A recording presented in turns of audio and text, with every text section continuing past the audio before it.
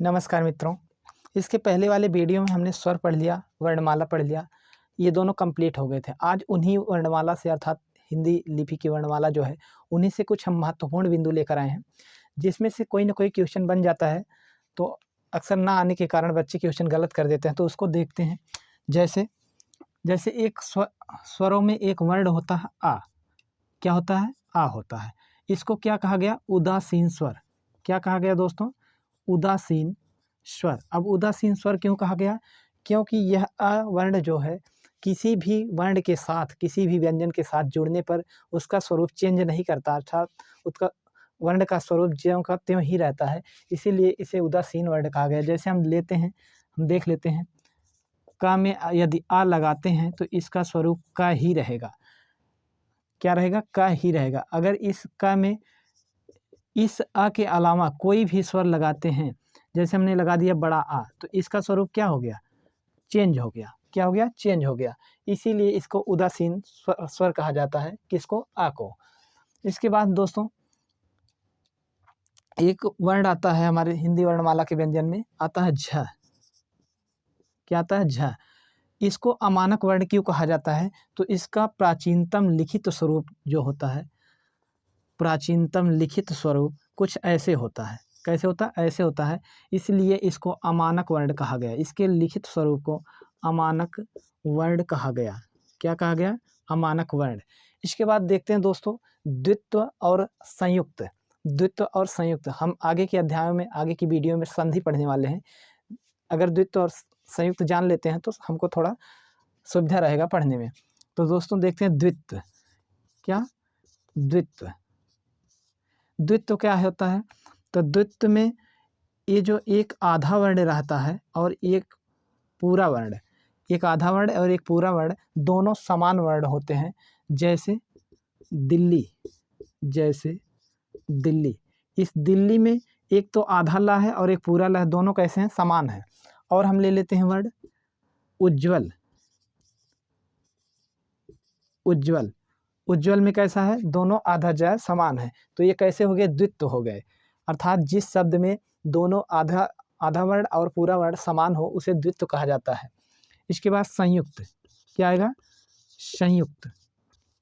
संयुक्त में दोस्तों ये जो इसमें एक आधा वर्ण रहता है वो अलग रहता है और जो एक पूरा वर्ण रहता है वो अलग रहता है, अर्थात दोनों वर्ण अलग अलग रहेंगे। जैसे यही देख लेते हैं मुक्त। क्या देख लेते हैं? मुक्त। अब इस मुक्त में आधा का अलग है, ता अलग है, इसलिए इसे क्या कहेंगे? संयुक्त वर्ण कहेंगे। मुक्त के अलावा और कुछ देख लेते हैं, जैसे कुछ भी ले लेते हैं, जैसे संयुक्त ही देख लीजिए। संयुक्त शब्द, संयुक्त में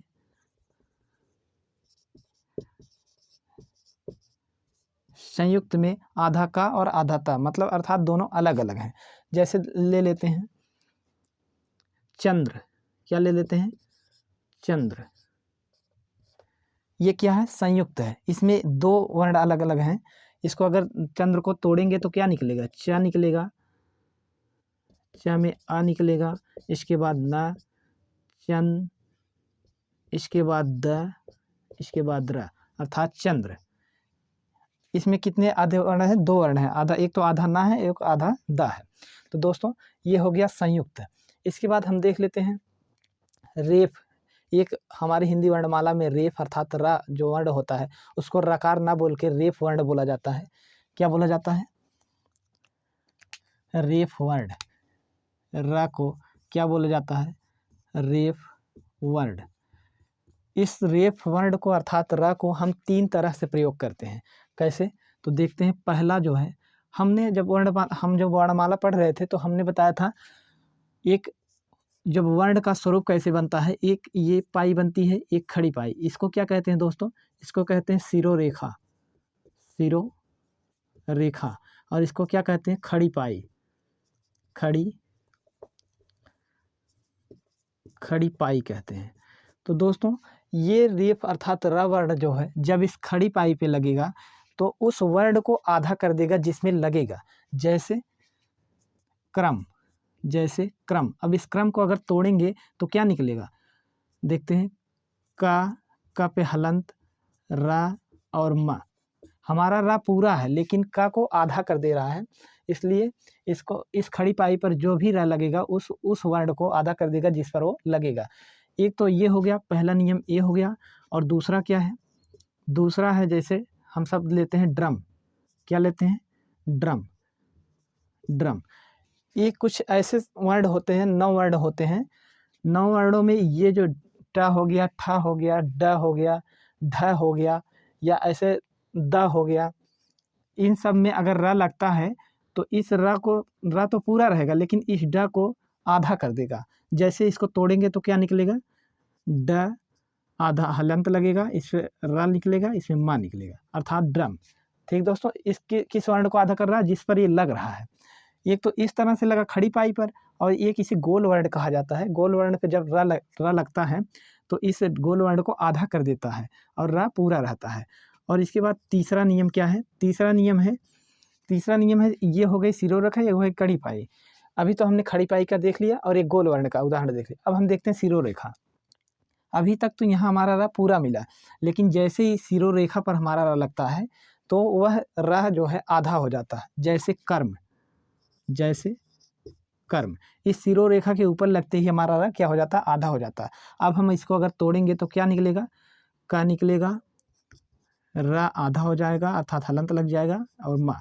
अब क्या हो गया? कर्म हो गया। तो दोस्तों ये रेफ अर्थात र का उपयोग स्वरूप ये विक्षेप था। इसको देख लीजिएगा अच्छे से, क्योंकि अलग अलग तरीके से इसको पूछ लिया जाता है।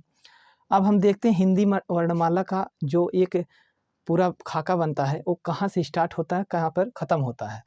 तो हमारा हिंदी वर्णमाला में अगर पूछा जाए कि हिंदी लिपि में वर्णमाला का प्रथम अक्षर कौन है, तो क्या होता है? प्रथम अक्षर होता है दोस्तों हमारा वर्णमाला शुरू होता अंग से। किससे शुरू होता है? अंग। इसके बाद क्या आता है? अनुस्वार आता है। इसके बाद अनुस्वार, इसके बाद अ। ये तीनों स्वर पहले आ जाते हैं।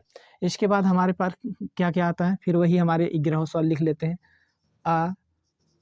आ, लघु ई, दीर्घ ई, लघु उ, दीर्घ उ, री, ए, ऐ, ओ, औ। ये कितने हो गए दोस्तों? 11 हो और 3 ये 14 हो गए। अगर हमसे पूछा जाता है कि हमारा हिंदी लिपि में अर्थात देवनागरी लिपि में हिंदी वर्णमाला में प्रथम अक्षर या प्रथम वर्ण कौन सा है, तो आ लिखेंगे, अंग। ठीक है, क्या लिखेंगे? आ। अंग बताएंगे, अंग। क्या बताएंगे? अंग बताएंगे। अब इसके बाद देखते हैं जो संयुक्त अक्षर होते हैं 4 संयुक्त अक्षर लास्ट में ना आकर कहाँ आते हैं, तो इसको देखते हैं। जैसे लिखते हैं का के बाद कौन सा अक्षर आएगा? सामान्यतः हम यही जानते हैं कि का के बाद खा वर्ण आता है। कौन वर्ण आता है? खा वर्ण। लेकिन का के बाद हमारा छक आएगा। क्या आएगा? छ आएगा। क्या आएगा दोस्तों? छ आएगा। ये क्या है? ये किसके मेल से बनता है? का और श से बनता है। किसके मेल से? का और स से क्या कौन सा वर्ण बनता है? छ बनता है। इसलिए का के बाद आपसे पूछा जाएगा कि का के बाद कौन सा वर्ण आएगा, तो छ आएगा। इसके बाद पूछेगा ख के पहले कौन सा वर्ण आएगा, तब भी छ आएगा। ग, घ, ङ।